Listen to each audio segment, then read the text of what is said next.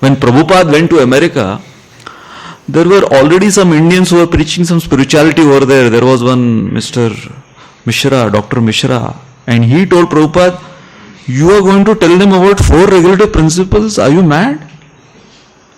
To Americans, no meat eating?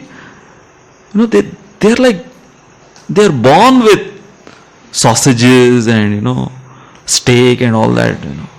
No meat eating, no illicit sex for Americans. They'll shoot you." So over there, now imagine Srila Prabhupada, he didn't compromise. He, from day one, he set the standards. No meat eating, no intoxication, no gambling. And that time in the 60s, the culture was hippie culture. Now hippie culture, what is hippie culture that time? Which means the kind of sex they would get indulge themselves in, the kind of intoxication they were having, even the other, so-called pious Americans, they would consider it as a taboo. And that was the audience sitting in front of Prabhupada. Drugged, stoned, into all kinds of unmentionable, illicit, illegitimate sex. And there Srila Prabhupada is saying, no illicit sex, no intoxication.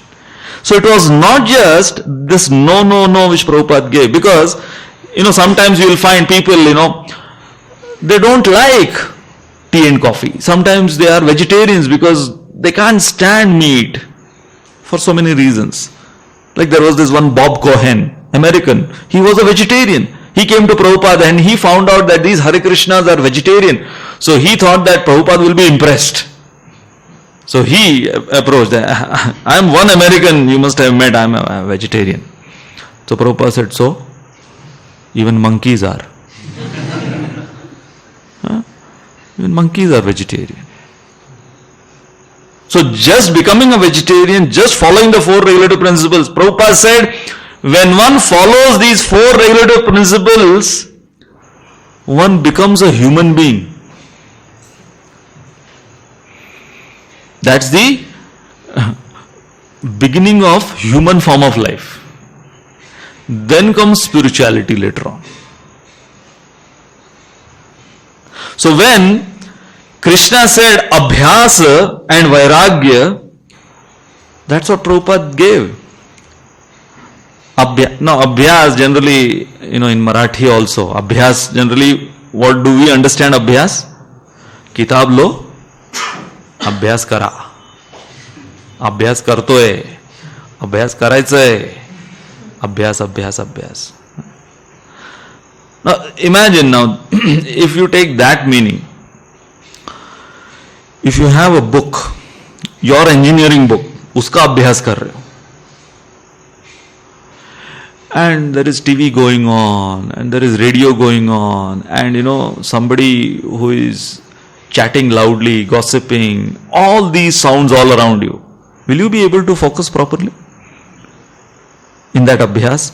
So even if your abhyas, you are having the right book in your hand and you are having the right intention to focus on that, but if all these distractions all around will not help you focus, so why the Vairagya is equally important along with Abhyasa, which means if you want to focus on your Abhyasa, all these things should be shut off. Now, the other extreme is sometimes people, they shut off all these things